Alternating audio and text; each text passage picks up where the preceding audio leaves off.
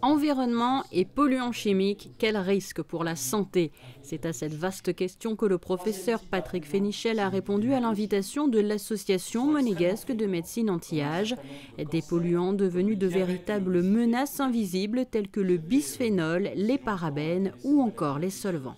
De plus en plus de données médicales et scientifiques laissent penser qu'un nombre important de maladies chroniques, dont on connaît l'augmentation de fréquence majeure ces dernières décennies et dont on n'a pas compris jusqu'à présent l'explication complète. Je prends des maladies très fréquentes, des cancers du sein, cancer de la prostate, le diabète, l'obésité.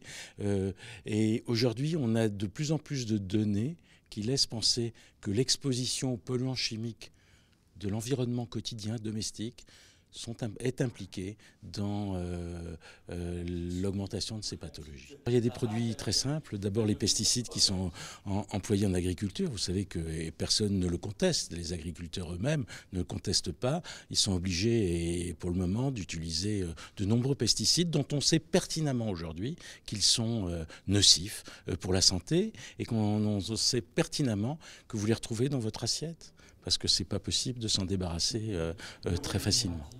Perturbations endocriniennes, malformations, problèmes de fertilité, les conséquences sont loin d'être négligeables bien sûr, mais point positif, plusieurs gestes sont à notre portée au quotidien afin d'adopter de nouveaux comportements.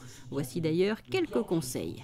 L'exposition est particulièrement à craindre chez certaines populations à risque. J'entends les femmes enceintes, les enfants en bas âge, ou les femmes juste avant qu'elles veuillent avoir un enfant. Et donc chez ces personnes-là, il est très possible de leur donner quelques conseils simples pour réduire leur exposition. Je prends un exemple évident que je donne en général en premier, c'est de ne plus chauffer au micro-ondes dans des Tupperware en plastique les aliments.